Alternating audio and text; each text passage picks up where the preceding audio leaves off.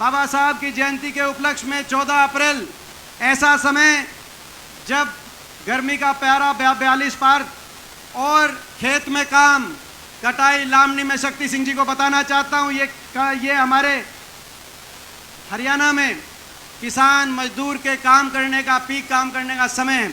ऐसे समय में आपने आज इतनी हजारों लाखों की संख्या में यहाँ आके जो हमें आशीर्वाद दिया और जो हमारा हौसला बढ़ाया है, ये आशीर्वाद रंग लेके आएगा, हरियाणा में बदलाव लेके आएगा। मैं ये आज आपके बीच में कहना चाहता हूँ।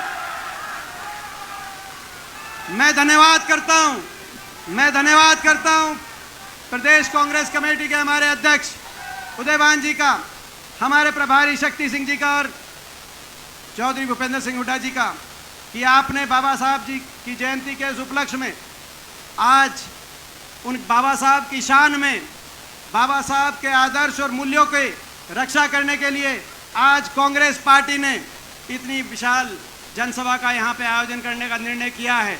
ये मैं समझता हूँ कि आज हमारे संघर्ष का प्रतीक ये जनसभा साबित होगी। मैं आप सबका धन्यवाद करता हूँ।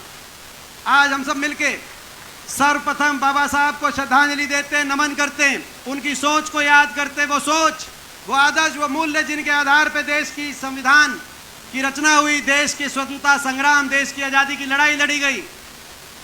वो संविधान, देश आज़ाद हुआ 1947 में। हर वर्ग ने, हर जाति, भाषा, भूषा, हर धर्म ने अपना योगदान दिया, देश आज़ाद हुआ। लेकिन जब हिंदुस्तान आज़ाद हुआ तो दुनिया के तमाम मुल्क, तमाम विश्लेषक कहते थे देश का भविष्य बड़ा अंधकारमय है। विंस्टन चर्चिल जो ब्रिटेन के प्रधानमंत्री रहे, उन्होंने हाउस ऑफ कॉमन्स लंदन में खड़े होकर कहा कि कुछ महीनों की बात है, ब्रिटेन चला गया हिंदुस्तान से बाहर, कुछ महीनों की बात है, बिखर जाएगा ये देश। ऐसे में एक जिम्मेदारी बाबा साहब के कंधों पे और संविधान सभा के कंधों पे, जिस सभा में हमारे देश के महापुरुष पंडित जवाहरलाल नेहरू जी, सरदार पटेल, मौलाना आज़ाद, चौधरी रणबीर सिंह, सभी 299 सदस्य, उनके कंधे पे एक जिम्मेदारी आई बाबा साहब के, कि इनके नेतृत्व में एक संविधान की रचना हो, ऐसी रचना हो कि देश चले। और आज वो संविधान बना। संविधान इस सोच से बना कि सब एक हैं, भाषा, भूषा, हर बात से ऊपर उठकर धर्म, जाति, हर भारतीय एक है। बाबा साहब ने एक मूल मंत्र दिया संविधान सभा की आखिरी बैठक में, यहीं सेंट्रल हॉल पार्लियामेंट में खड़े होकर बाबा साहब ने एक मूल मंत्र दिया कि संविधान की अगर आधारशिला है तो एक त्रिवेणी है, इस त्रिवेणी को बचाओ, देश आगे जाएगा। वो त्रिवेणी क्या है? वो त्रिवेणी में 3 बात उन्होंने कही कि देश तब चलेगा जब स्वतंत्रता हो, स्वतंत्रता, अभिव्यक्ति की स्वतंत्रता, जीवन शैली की स्वतंत्रता, अपनी आस्था की स्वतंत्रता हो, स्वतंत्रता की लड़ाई लड़ी, स्वतंत्रता। दूसरी बात कही उन्होंने, बराबरी हो, देश में अमीर से अमीर व्यक्ति, उस समय टाटा बिरला थे, और उनसे लेके गरीब से गरीब व्यक्ति को एक मौलिक अधिकार मिले, कानूनी अधिकार, लोकतांत्रिक अधिकार, सबके बराबर हो, सबके पास एक वोट हो, सबको न्याय और संविधान एक नज़र से देखे, बराबरी हो। मगर उन्होंने कहा कि स्वतंत्रता और बराबरी के सहारे चलेंगे तो ये देश आगे नहीं बढ़ेगा। जो तीसरी त्रिवेणी में जो तीसरा स्तंभ है वो सबसे महत्वपूर्ण स्तंभ है। उन्होंने खड़े कहा कि अगर बराबरी होगी और स्वतंत्रता होगी तो आपस में लड़ लेंगे, और आपस में लड़ भिड़ गए तो उलझ जाएंगे और देश आगे नहीं बढ़ पाएगा। तो तीसरा उन्होंने मूल मंत्र दिया कि तीसरा मूल मंत्र भाईचारा। भाईचारा कहा कि देश का अगर चट्टान की तरह भाईचारा मजबूत रहेगा तो देश आगे जाएगा। 3 बातें कही, लिबर्टी, 3 बातें कही, लिबर्टी, इक्वालिटी एंड फ्रेटर्निटी, भाईचारा। और अगर भाईचारे के साथ स्वतंत्रता और बराबरी के इस मूल मंत्र से आगे बढ़ेंगे तो देश आगे बढ़ेगा। 75 साल में हिंदुस्तान ने जो तरक्की करी, आज 21वीं सदी में सारी दुनिया हमारे देश की तरफ देखती है कि 21वीं सदी भारतवर्ष की होगी, उस संविधान की, उस नींव की, उस बुनियाद की देन है। जो लोग अभी सत्ता में आए हैं कहते हैं 75 साल कुछ नहीं हुआ, मैं उनको बताना चाहता हूं 75 साल की शुरुआत में देश का संविधान लिखा गया बाबा साहब के नेतृत्व में, और उस संविधान की बदौलत दुनिया के सारे विश्लेषक फेल साबित हुए और हिंदुस्तान आगे बढ़ा। ये अनेकता में एकता के मूल मंत्र से देश आगे बढ़ा, और उस सोच की पहरेदारी करने के लिए हम तैयार हैं। बाबा साहब आपकी सोच पे पहरा देंगे हम ठोक के। आज ये कहना चाहते हैं हम, ये हुआ इस देश में, हमारा देश आगे बढ़ा। आज ऐसे समय में ये जय भारत सत्याग्रह का कार्यक्रम जो लोकतंत्र पे हमारी देश की सरकार, भारतवर्ष की सरकार आज हमलावर हो गई है। जो भी विपक्ष का नेता इनके भ्रष्टाचार की पोल खोलता है, उस पर जांच की बात करता है, उस पर सरकारी तंत्र हमलावर हो जाता है। जांच एजेंसियों से लेकर संवैधानिक संस्थाओं को सरकार प्रभावित करने के सरकार पर आरोप लग रहे हैं। विपक्ष की हर मजबूत आवाज को दबाने के लिए, हर जनाधार वाले नेता की आवाज को दबाने के लिए, राहुल गांधी जी की आवाज को दबाने के लिए इस सरकार ने क्या किया वो सब आपके सामने है। मैं पूछना चाहता हूं, आप विपक्ष की आवाज को, आप राहुल जी की आवाज को, आप हमारी आवाज को दबने तो नहीं दोगे? मैं आपसे पूछना चाहता हूं। दिल्ली के 3 तरफ हरियाणा है, सुन ले, भाजपा की सरकार, केंद्र की सरकार, दिल्ली के 3 तरफ हरियाणा है। इस तरह से लोकतंत्र का गला हम घुटने नहीं देंगे, संविधान की हत्या हम होने नहीं देंगे। हम इस संविधान और लोकतंत्र की रक्षा के लिए ये आज हम संकल्प लेके यहाँ से जा रहे हैं। और जो प्रदेश के सरकार है, जो खट्टर सरकार 9 साल पहले हरियाणा प्रदेश में आई, उसके बारे में तो मैं क्या बोलूं, मुझसे ज़्यादा आप जानते हो। मैं पूछना चाहता हूं छत्तीस बिरादरी के अपने बड़े बुजुर्गों से, अपने नौजवान साथियों से, अपनी माताओं बहनों से, ये जो सरकार, खट्टर सरकार 9 साल हरियाणा में, इस सरकार ते छिकलिए कसर बाकी है। छिके बैठे हो कि नहीं बैठे हो? हरियाणा का भट्टा बिठा दिया इस सरकार ने, हरियाणा को विकास की पटरी से उतार दिया इस सरकार ने। जो हरियाणा 2014 में हुड्डा साहब के नेतृत्व में प्रति व्यक्ति आय में देश में नंबर 1 था, प्रति व्यक्ति निवेश में हम नंबर 1 थे, खिलाड़ियों के मान सम्मान में नंबर 1 थे, विकास दर में हम नंबर 1 थे, गरीब की कल्याणकारी योजनाओं में नंबर 1 थे, बुढ़ापा पेंशन में नंबर 1 थे, किसान के हितकारी फैसलों में, गन्ने के भाव में, धान के भाव में नंबर 1 थे। आज वो हरियाणा 9 साल की खट्टर सरकार के बाद विकास में तो 19वें पायदान पे नीति आयोग बता रहा है, लेकिन आगे पहुंच गया तो सबसे देश में नंबर 1 पहुंच गया बेरोजगारी में। आज दुख होता है, दिल्ली के 3 तरफ बसा हुआ हरियाणा जो देश में युवाओं को रोजगार देने के लिए आदर्श प्रदेश होना चाहिए, जिसको देश को एक दिशा दिखानी चाहिए, आज वो हरियाणा बेरोजगारी में देश में नंबर 1, आज वो हरियाणा महंगाई में देश में नंबर 1, आज वो हरियाणा अपराध में देश में नंबर 1। अपराध के मैं आंकड़े देख रहा था, अपराध के आंकड़ों में मर्डर रेट में नंबर 2 हैं, महिलाओं के ऊपर अपराध के रेट में नंबर 1 हैं, और SC अट्रोसिटीज में, दलितों पे अपराध में आज वो हरियाणा देश में नंबर 1 पहुंचाने का आज काम इस सरकार ने किया है। और उसके साथ साथ भ्रष्टाचार में भी, जैसे कुलदीप शर्मा जी अभी आपको बता रहे थे, तो इन्होंने किया क्या? प्रश्न उठता है, इन्होंने ये सब किया तो किया क्या? हम इनसे सवाल पूछते हैं। जब 2014 में खट्टर सरकार बनी तो हरियाणा पे 70,000 करोड़ का बजट था, का कर्ज था, 70,000 करोड़ का कर्ज। आज वो कर्ज बढ़कर 3 लाख करोड़ का कर्ज इस सरकार पे हो। इसी साल 84,000 करोड़ का अतिरिक्त कर्ज इन्होंने लिया। इतना कर्जा ले लिया, किया क्या? हम सवाल पूछते हैं। मैं सवाल पूछना चाहता हूं खट्टर साहब से, आप बताओ, कुछ काम तो गिनवाओ। हम विपक्ष में हैं, लेकिन हम आपकी कमी निकाल के नहीं, अपने और आपके कामों की तुलना करके लोग के बीच में जा रहे हैं। हमारे समय 4 शहरों को मेट्रो से जोड़ने का काम हुआ, बहादुरगढ़, फरीदाबाद, गुड़गांव, बल्लभगढ़, और सोनीपत की मेट्रो की रूपरेखा तैयार की गई। 81 किलोमीटर मेट्रो हमारी सब सरकार में हरियाणा मिली। 9 साल में मैं पूछना चाहता हूं खट्टर सरकार से कि 9 साल में 1 भी इंच मेट्रो क्यों नहीं बनी?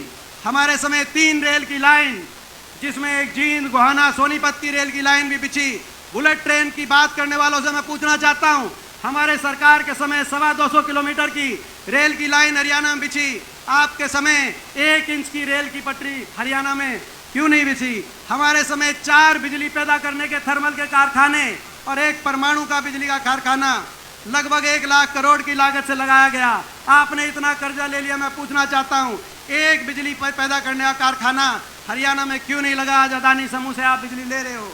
हमारे समय 6 IMT औद्योगिक क्षेत्र, जिसमें खरखौदा की IMT भी शामिल है, 6 बड़े औद्योगिक क्षेत्र हरियाणा के अंदर लगे, इंडस्ट्रियल मॉडल टाउनशिप। मैं पूछना चाहता हूं खट्टर साहब, मैं इस सरकार से पूछना चाहता हूं कि एक भी नई फैक्ट्री या एक भी औद्योगिक क्षेत्र हरियाणा में क्यों नहीं लगा? हमारे समय में 12 यूनिवर्सिटी, 12 विश्वविद्यालय, जिसमें मैं धन्यवाद करना चाहता हूं कि उत्तर भारत का बाबा साहब के नाम से एक अगर विश्वविद्यालय बना तो वो नेशनल लॉ यूनिवर्सिटी बाबा साहब भीमराव अंबेडकर नेशनल यूनिवर्सिटी सोनीपत के अंदर कांग्रेस की सरकार में हुड्डा साहब के कलम से यहाँ पे बनी। 12 विश्वविद्यालय। मैं पूछना चाहता हूँ, आपके समय विश्वविद्यालय छोड़ो, एक कॉलेज, एक स्कूल हरियाणा के अंदर दिखाओ जो नया बनाओ, हम चलने को तैयार हैं।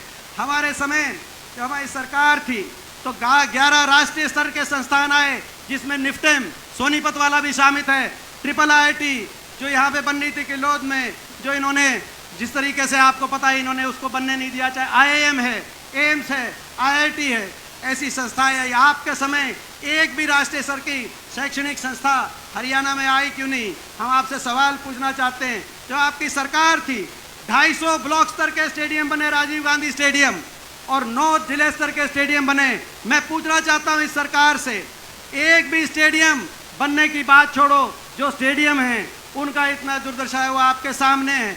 जो आपकी सरकार थी 700 से ज्यादा खिलाड़ियों को DSP, इंस्पेक्टर, सब इंस्पेक्टर पद पे लगाने का काम हुआ बिना भेदभाव के, चाहे वो योगेश्वर दत्त थे, चाहे वो बबीता फोगाट थी, चाहे अभी भी भाजपा के खेल मंत्री संदीप सिंह थे, इन सबको DSP लगाने का काम हुआ था कि नहीं हुआ था? मैं आपसे पूछना चाहता हूं। और ये मैं पूछना चाहता हूं इनसे, 3 के समय एक खेल के एक खिलाड़ी को, अरे इस ओलंपिक की बात तो छोड़ो, जब रवि दहिया, बजरंग पुनिया, नीरज चोपड़ा जैसे हमारे खिलाड़ियों ने हमारा देश का गौरव बढ़ाया है, पिछले ओलंपिक में 2 ही मेडल आए थे। आज तक हमारी बेटी साक्षी मलिक आज तक जंतर मंतर पे धरना दे रही है। खिलाड़ियों का अपमान नहीं, वो भारत देश का अपमान है, जिन्होंने भारत के झंडे को ऊपर किया, जनगण मन की गूंज दुनिया के विश्व पटल पे सुनाने का काम किया। आज उन खिलाड़ियों का अपमान कर रहे हो खट्टर साहब, ये अच्छा नहीं है। मैं पूछना चाहता हूं इनसे, हमारी जब सरकार थी उस समय 4 लाख गरीब परिवारों को, SC वर्ग के हमारे भाई, बैकवर्ड के हमारे भाई, 36 बिरादरी के गरीब परिवार, 4 लाख परिवारों को 100-100 गज के प्लॉट और 3.5 लाख परिवारों को इंदिरा गांधी प्रदेशी आवास योजना के आधार पर मकान दिलवाने का काम हुआ।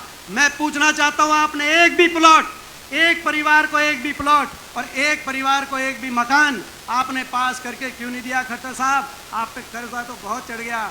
जब आपकी सरकार थी तब 11,000 सफाई कर्मचारियों को और 8,000 ग्रामीण चौकीदारों को एक कलम से लगाने का काम हुआ था कि नहीं हुआ था? मैं पूछना चाहता हूं। आज उन ग्रामीण सफाई कर्मचारियों पे, उन चौकीदारों पर लाठीचार्ज आज किया जा रहा है, जो वो मानदेय बढ़ाना चाहते हैं। और मैं मांग भी रखना चाहता हूं, जब कभी हमारी सरकार बने, कांग्रेस पार्टी सरकार बने, मैं शीर्ष नेतृत्व से मांग करता हूं, उन सफाई कर्मचारियों की पक्की भर्ती हो, उन ग्रामीण चौकीदारों की पक्की भर्ती हो और उस गरीब को अपने बुढ़ापे का आसरा दिया जाए, ये मैं मांग करना चाहता हूं।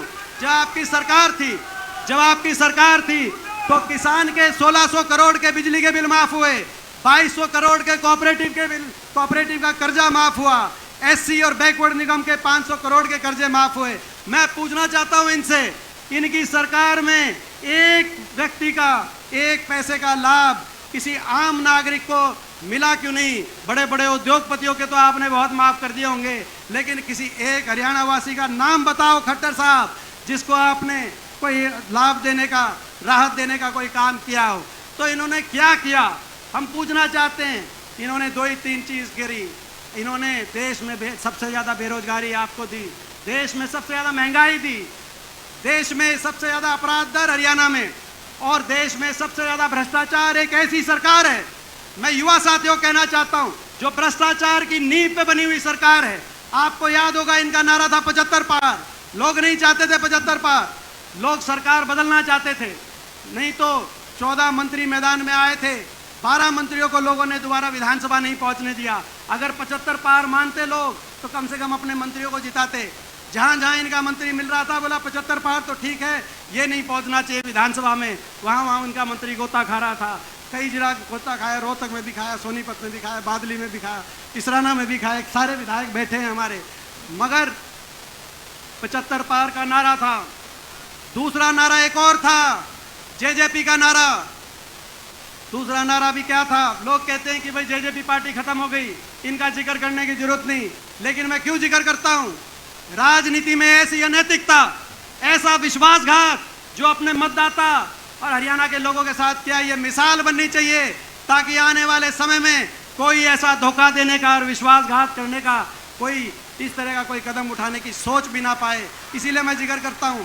जेजेपी का नारा था, आपको याद होगा, इलेक्शन में बीजेपी का नारा था 75 पार, और जेजेपी कहती थी बीजेपी को करो जमुना पार। यही बात थी ना, एक कहता था 75 पार, दूसरा कहता था जमुना पार।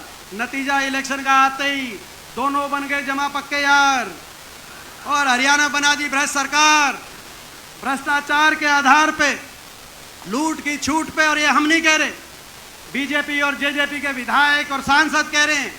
आज कितनी खुली भ्रष्टाचार और लूट का तांडव हरियाणा में चल रहा है। एक विधायक है दादा गौतम नारनौन से, आपने सुना होगा। मैं पूछना चाहता हूं, जब दादा गौतम का बयान आया सरकार बनने कुछ महीने के बाद कि 1 लाख खोपर सारा जीवन लग रहा है, तो वो कौन सा खोपर था और क्या जीम रहा है? आपको पता है कौन सा खोपर था, क्या जीवने लग रहा है? सांसद रोहतक के डॉक्टर अरविंद शर्मा कह रहे हैं, एक पूर्व मंत्री हैं, 300 करोड़ का अमृत घोटाले में सब कुछ डकार गए, एक पूर्व मंत्री है। क्या क्या बताएं, किस किस की बताएं? सारे घाव लिए आप बैठे हो। मैं आपसे पूछना चाहता हूं, ऐसी सरकार जिसने भ्रष्टाचार, बेरोजगारी, महंगाई, और एक काम और किया इस सरकार ने, मैं आखिरी बात करके अपनी बात समाप्त करता हूं। इस सरकार ने अगर ये काम ना भी करते, मैं आपका बेटा होने के नाते कहना चाहता हूं, मैं हरियाणा का एक नौजवान होने के नाते कहना चाहता हूं, राजनीति की तरह नहीं, अगर ये काम ना भी करते तो भी हम काम चला लेते। बहुत सहनशीलता हमारे दिलों में, मगर इन्होंने तो केवल आपका अपमान करने का काम किया, हर वर्ग को अपमानित करने का काम किया, हर वर्ग को सड़क पे आना पड़ा, और इनके घमंड के आगे हर वर्ग को इन्होंने प्रताड़ित करने का काम किया। ग्रामीण चौकीदार, सफाई कर्मचारी आए अपने मानदेय के लिए, करनाल में लाठीचार्ज, कर्मचारी आए ओल्ड पेंशन स्कीम के लिए, पंचकुला में लाठीचार्ज, आंगनवाड़ी करनाल में गई अपनी मानदेय बढ़ाने के लिए, उन पे पानी की बौछार और लाठीचार्ज। छोटे छोटे बच्चे अपने स्कूलों के आगे धरनों पे बैठे, उनको इन्होंने अपशब्दों से उन बच्चों के धरनों का अपमानित करने का काम किया। नौजवान आए सड़क पे अग्निपथ योजना के खिलाफ, उन पे लाठीचार्ज। सरपंच सोचते थे कि छोटी सरकार है, था कम से कम थारी बचत होगी, लेकिन भाई सरपंचों की भी अच्छी तसल्ली बिठा दी कि नहीं बिठा दी? इनकी भी अच्छी तसल्ली बिठाई। और किसान तो 1 साल तक बैठा रहा, किसान 1 साल तक बैठा रहा इन धरनों पे। 750 घर उजड़ गए। आपका नहीं तो मेरा भाई होगा, मेरा नहीं तो किसी का होगा, किसी का बाप था, किसी का बेटा था, किसी का पति था। किसान की आवाज के लिए ईमानदारी से अपनी लड़ाई लड़ने के लिए इन धरनों पे बैठा था। 750 शव इन धरनों से वापस आए।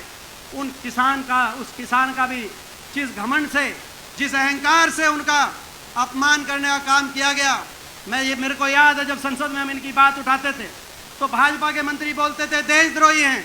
मैं पूछना चाहता हूं आपसे, इससे बड़ा देश के विरोध में कोई वक्तव्य नहीं हो सकता।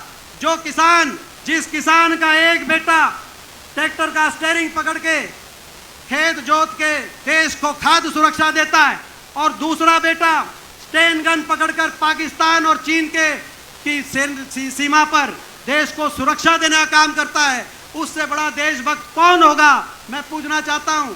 जिन लोगों ने उनको देशद्रोही बताया, जिन लोगों ने उनको अपमान किया, उनके अपमान का बदला लेने के लिए आप तैयार हो कि नहीं हो? मैं पूछना चाहता हूं। इनका अहंकार, ऐसा घमंड अभी भी मैं देख रहा हूं। इनकी जो भाषा है, कभी न्यायपालिका के लिए तो कभी किसान के लिए, तब किसान के लिए बोले थे, आज न्यायपालिका के लिए बोल रहे हैं कि किसी का दिमाग खराब है, उसको ठीक करने की जरूरत है। ये घमंड की भाषा है। ये भाजपा के नेता नहीं बोल रहे, इनके भीतर बैठा हुआ घमंड बोल रहा है, इनका अहंकार बोल रहा है। और आपका और हमारा 1 साल का सफर बाकी है। 1 साल के बाद चुनाव होंगे। कसौटी इस बात की हमारी अगली पीढ़ियां, आपको और हमको ये सोच के हमारे बारे में अगली पीढ़ियों के आत्मविश्वास, आपको और हमारे लिए अगली पीढ़ियां हमारे लिए आकलन करेंगी कि 750 किसानों को जहां कुर्बानी देनी पड़ी हो, अपमान सहना पड़ा हो, गरीब आदमियों को, सफाई कर्मचारियों से लेकर मनरेगा के मजदूरों को जहां लाठियां सहनी पड़ी हो, ऐसी सरकार से अपमान का बदला ले पाए कि नहीं ले पाए, इनका अहंकार हम तोड़ पाए कि नहीं तोड़ पाए, हम लड़ेंगे अपने मान सम्मान के लिए, हम लड़ेंगे हरियाणा के विकास के लिए, हम लड़ेंगे हरियाणा की खुशहाली के लिए, हम लड़ेंगे हरियाणा में 36 बिरादरी के भाईचारे के लिए, हम लड़ेंगे बाबा साहब भीमराव अंबेडकर की सोच के लिए। मैं आपसे पूछना चाहता हूं, इनका अहंकार तोड़ने के लिए 1 साल के संघर्ष में कंधे से कंधा मिलाकर 36 बिरादरी आप लोग हमारा साथ दोगे और आशीर्वाद दोगे कि नहीं दोगे? मैं आपसे पूछना चाहता हूं। एक बार हाथ खड़ा करके, ये संघर्ष आपके संघर्ष में, आपके एक सिपाही के रूप में हम सब आपके संघर्ष में साथ है और आपका संघर्ष रंग लेके आएगा। जय हिंद, जय भीम, जय भारत।